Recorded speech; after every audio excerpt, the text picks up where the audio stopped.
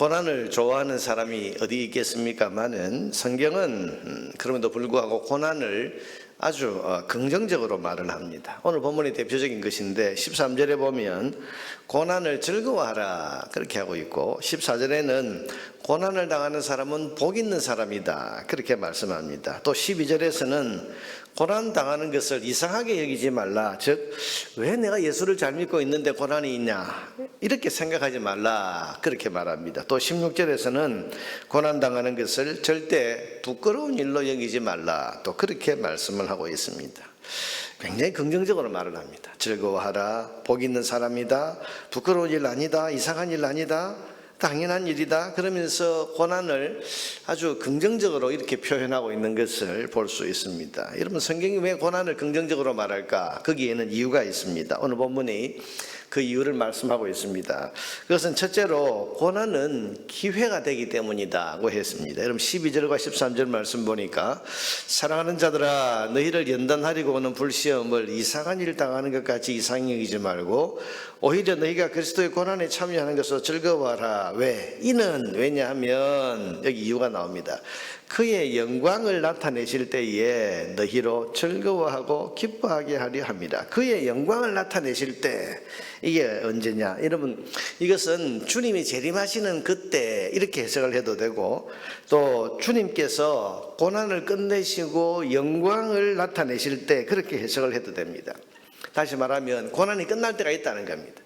그냥 단순히 그 고난이 이제 다 끝났다 이 정도가 아니라 주님이 그 고난의 끝에 큰 영광을 주실 때, 재림의 때, 혹은 또 고난이 끝나고 여러분 욥이 나중에 하나님께서 그의 그 억울함을 다 풀어주시고 배나 갚아주시고 갑절의 복을 주시고 뭐 이게 다 뭡니까? 하나님께서 고난 끝내고 이제 성도의 영광을 주시는 그날이 반드시 오게 될 것인데, 그날에 그 영광의 날이 오면 그때 자랑스럽게 보니까 이는 그의 영광을 나타내실 때 너희로 즐거워하고 그날에 크게 즐거워하고 기뻐하게 하려 함이라. 이게 무슨 말입니까? 그런 영광의 날이 오면 그때 고난에 흔들리지 않고 잘 이겨낸 사람은 영광의 주님께 자신의 믿음이 정말 진실된 것이고 바른 것이었다는 것을 인정받고 칭찬받게 되어서 자랑스럽게 여기게 될 그런 날이 오게 되기 때문이다 그렇게 말을 했어요. 여러분, 우리가 우리 속에 있는 믿음을 주님께 보여드릴 기회가 언젠가 하면 고난의 때입니다. 우리가 평상시에는 다 예수 믿는 것 같고 다 믿음을 잘 가진 것 같지만은 그러나 고난이 오면, 여러분 오늘같이 이렇게 비가 오기 전에는 비가 어디에 새는지 몰라요. 다 그냥 건물이 다 좋은 건물인 것처럼 보입니다. 그런데 비가 오게 되면 비가 새는 건물이 있고, 또 방수공사를 했는데 그 방수공사 덕분에 이제 비가 안 오는, 비가 새지 않는 그런 것도 있고, 이게 비가 와봐야 아는 것처럼 이런 고난의 때, 그때는 우리의 믿음이 주님 앞에 참 진실된 믿음이라는 것을 보여드릴 기회가 됩니다. 그래서 그때 우리의 믿음이 정말 고난에도 흔들리지 않는 참 믿음이라는 것을 잘 보이게 되면 영광의 그날에 주님 앞에서 크게 기뻐하고 즐거워하고 보람을 얻게 되는 거죠. 그래서 주님 앞에 자랑스럽게 서게 될 그런 날이 오게 때문이다. 그렇게 말씀합니다. 보세요, 여러분, 고난은 언젠가는 반드시 끝이 납니다. 주님께서 모든 고난을 끝내시고 영광을 받으시고 또 영광을 나타내실 그날이 반드시 있을 것입니다. 그날에 고난을 이겨낸 사람들은 얼마나 자랑스럽겠습니까? 반면에 고난 때문에 넘어지고 실패한 사람들은 얼마나 부끄럽겠습니까? 영광 받으시는 주님의 얼굴을 제대로 쳐다볼 수 있겠습니까? 그러니 지금 고난을 잘 견디고 이기는 것은 그 영광의 날에 주님께 우리의 참된 믿음을 보여드리는 기회, 인정받을 수 있는 기회가 되는 겁니다. 그러니 고난이 꼭 나쁜 것만은 아니다 그렇게 긍정적으로 말씀하고 있습니다. 둘째로 성경이 고난을 긍정적으로 말씀하시는 이유는 고난을 당할 때 우리는 하나님의 영이신 성령의 임재를 깊이 경험할 수 있기 때문입니다. 여러분 14절에 보니까 너희가 그리스도의 이름으로 치욕을 당하면 복 있는 자로다. 왜냐하면 영광의 영 곧 하나님의 영이 너희 위에 계십니다. 자, 여러분, 고난 당할 때 하나님이 가장 가까이 와 계신다. 성령께서 바로 고난당하는 성도 위에 머물러 계신다 이렇게 지금 말씀합니다. 여러분, 고난당할 때가 사실은 하나님이 가장 가까이 계실 때입니다.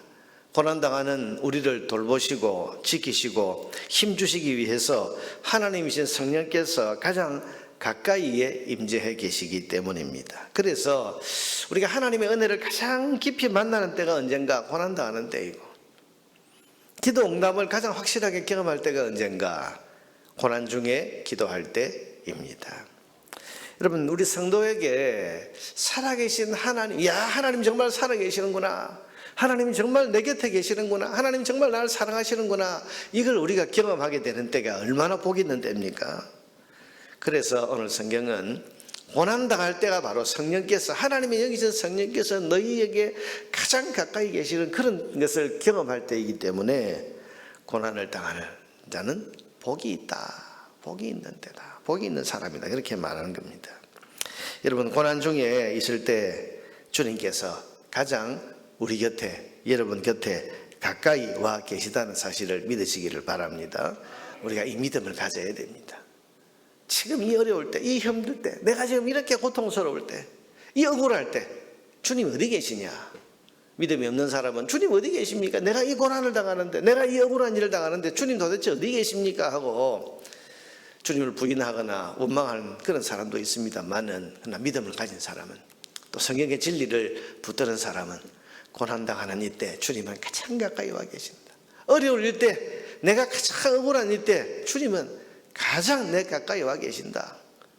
여러분, 시편에 있는 수많은 그 고난의 시들이 다 뭡니까? 고난 중에 주님이 얼마나 가까이 계신지를 믿는 다윗이 하나님 앞에 기도하고 부르짖고, 그렇게 해서 나온 시들이 고난의 그 시들 아닙니까? 주님은 우리가 고난당하는 그때에 가장 가까이 와 계신다. 셋째로, 고난이 긍정적인 이유는 고난을 통해 우리가 하나님의 뜻을 이룰 수 있기 때문입니다. 19절에 보면, 그러므로 하나님의 뜻대로 고난을 받는 자들은, 그랬죠. 여러분, 고난에는 뜻이 있습니다. 늘 말씀드리지만 그냥 어쩌다가 오는 고난은 없습니다. 우리 개인의 유익이 되든지, 아니면 하나님의 뜻하신 어떤 목적이 이루어지든지, 아니면 우리가 고난받는 것을 통해서 우리 공동체나 다른 사람들이 복을 누리게 되든지, 고난에는 고난을 허락하신 하나님의 뜻이 반드시 있습니다. 그러므로 우리가 고난을 당할 때 불평하거나 원망하지 않고, 또 고난을 피하려고 도망가지 않고 잘 감당하고 이겨나가면 하나님의 뜻하신 목적이 이루어질 수가 있습니다. 그러니 고난이 복되지 않습니다. 여러분, 고난은 힘들지만 고난에는 하나님의 뜻이 있고 하나님이 이루시고자 하는 목적이 있기 때문에 우리가 그 고난을 피하지 않고 잘 감당하면 그 고난을 통해서 하나님의 목적하신 목적이 이루어질 수 있는 겁니다. 이것을 우리가 하나님의 뜻대로 당하는 고난, 하나님의 뜻대로 고난을 받는 것이라고 그렇게 오늘 성경은 말씀합니다. 그러므로 고난 앞에서 성도는 이상하게 여기지 말고, 내가 예수 믿는데, 내가 지금 신앙생활 잘 하는데 왜 이렇게 어렵지? 왜 이렇게 고난이 오지?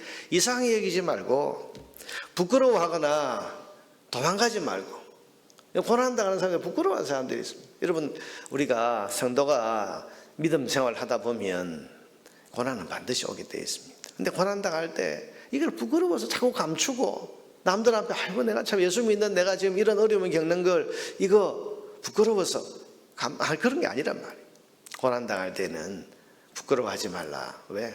고난에는 목적이 있고 뜻이 있고, 고난을 통해 주시려는 하나님의 영광이 있고, 또 아까 우리가 계속 보아왔던 것처럼 고난에는 이런 많은 은혜들이 있기 때문에, 고난 중에, 저분이 지금 고난 중에 있는데 그 고난 속에서 하나님을 가장 가까이 만나겠구나, 하나님 위로를 얻겠구나, 하나님의 영광을 보겠구나, 그렇게 생각하면서 그 고난당하는 성도들을 응원해 줘야 되고 위해서 기도해 줘야 되고, 그 고난을 통해서 하나님의 목적을 이룰 수 있도록 그렇게 협력해 줘야 하는 것입니다. 그래서 여러분 19절에 보니까 마지막에 뭐라고 그랬습니까?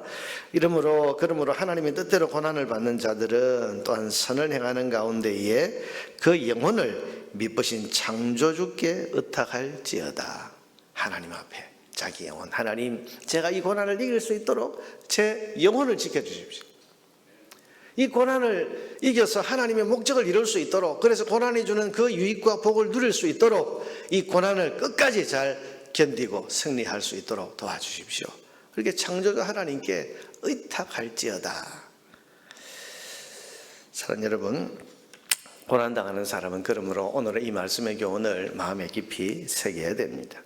믿음 때문에 겪는 고난, 선을 위해 살다가 당하는 고난을 우리는 오늘 성경의 말씀처럼 복되게 이길 수 있어야 됩니다. 고난이 참 힘든 것이고 또 고난이 그렇게 우리에게 참 즐거운 것은 아니지만, 그러나 즐겁게 여기라는 말은 뭡니까? 우리가 그런 자세로 고난 앞에 서라, 그런 말입니다. 고난은 반드시 선이 있고 유익이 있기 때문입니다. 오늘 지금 여러분이 고난 중에 있다.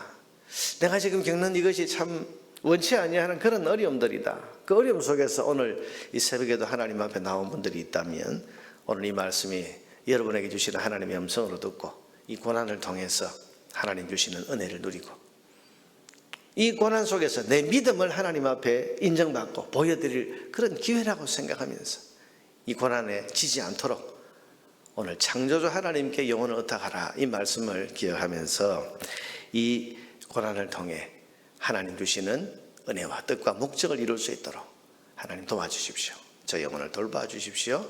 고난에 지지 않도록 오늘도 성령 하나님 저와 동행하시고 인도해 주시옵소서. 그렇게 우리가 간절한 마음으로 기도할 수 있어야 되겠습니다.